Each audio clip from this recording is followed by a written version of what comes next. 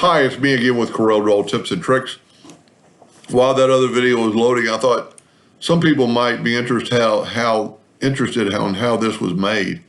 I don't know how he made his, but just take an ellipse. I'm going to hit P, put it in the center of the page, which really doesn't matter in this case, but I just get so used to doing it. Control D to make a duplicate, holding down the shift button and bring that in. And then Control D, well, it didn't work. Normally you can Control D. So let's Control D, hold down the shift key to get a perfect deal, and then Control D, Control D.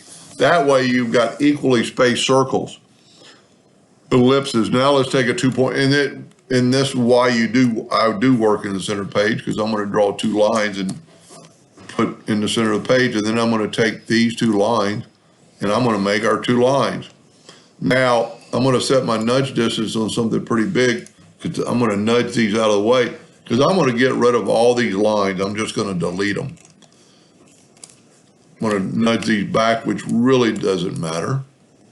And then I'm going to group them together, Control G, and then I'm going to Control D, and I'm going to mirror it the other way. And then I'm going to grab that 4-point cross and put it right there.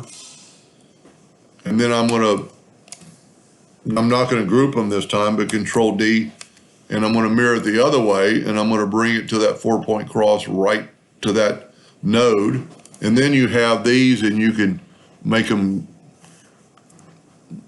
a little bit darker gray, and see, by having them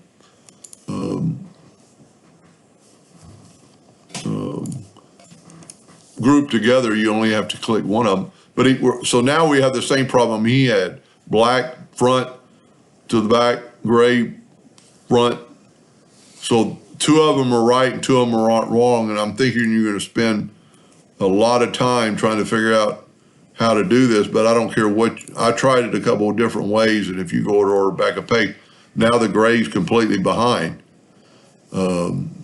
which in itself isn't bad for a logo, but all you have to do, if you didn't watch part 1, is cut these lines away and you're good to go with this logo.